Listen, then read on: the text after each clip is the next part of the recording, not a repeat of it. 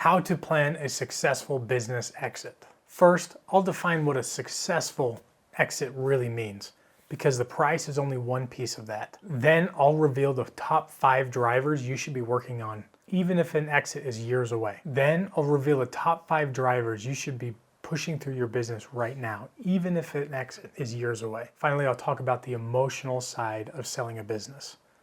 A lot of people don't talk about it, and it derails more deals than you think. By the end of this video, you will have a preparation timeline that you can work backward from your target exit date to make sure nothing gets missed.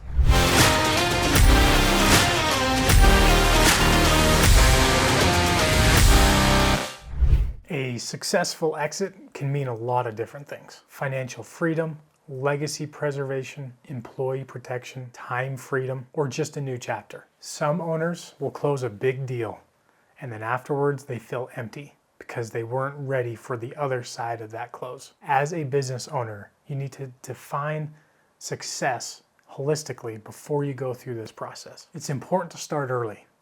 I usually recommend 3 to 5 years. Now that may seem like a long time, but that gives you enough of a runway to fix any operational problems or financial issues prior to going to market. Many of these things, operational issues, showing a good trajectory of your EBITDA growth, diversifying your revenue, building a management team, and optimizing your tax strategy. You can do all of these if you give yourself sufficient time. A lot of owners who start and end the process within 6 months tend to leave a lot of value on the table. The earlier you start, the more levers you can pull to put yourself in the best position when you go to market. As you're preparing, you need to assemble your team. You're not going to go to a courtroom without an attorney present. You're not going to go into surgery without a surgeon. You need the right players behind you to have a successful exit. A mergers and acquisition advisor runs the process in the negotiations. A CPA handles the financial preparations and tax strategies. An attorney drafts the agreements and protects your interests. A financial planner will ensure that the proceeds will support the lifestyle you're wanting. As you're finding these advisors, interview them. Ask them specifically for their mergers and acquisition experience. Running through deals is a very unique transaction, and without prior experience, they will forget things or they will miss things. The top 5 value drivers are 1, recurring or contractual revenue.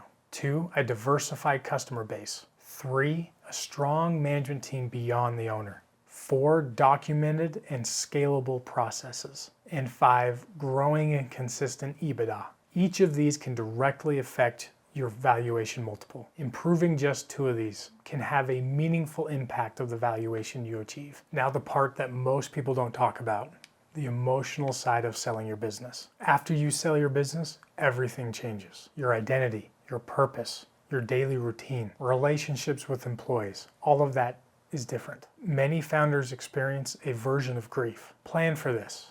What are you going to do after you sell your business? How will you maintain purpose? I advise my clients, find other people who have sold businesses and ask their experience.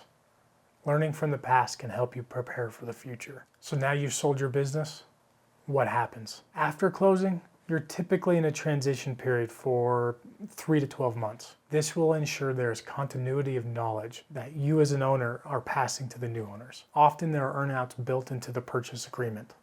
This ties you to this business until that process is completed. Make sure the metrics that the earnouts are paid upon are under your control. A very common piece of the purchase agreement will be non-competes. These non-competes could last over multiple years or certain geographic limits. Make sure you negotiate these terms carefully with your attorney. So what's the next step? Pick a date, even if it's just a guess, and then plan backwards. 6 months before you list your business, financials need to be clean. 12 months before that, management team needs to be put into place. 18 months before listing, operational gaps need to be fixed. 24 months, engage your advisory team. Even if you're not working with them day to day, at least quarterly. This reverse engineer plan is your project plan. Everything we just talked about comes down to one thing: how your business is architected for value. I made a video where I go through the full framework of identifying hidden profit leaks and turning them into enterprise value. I want you to go watch that video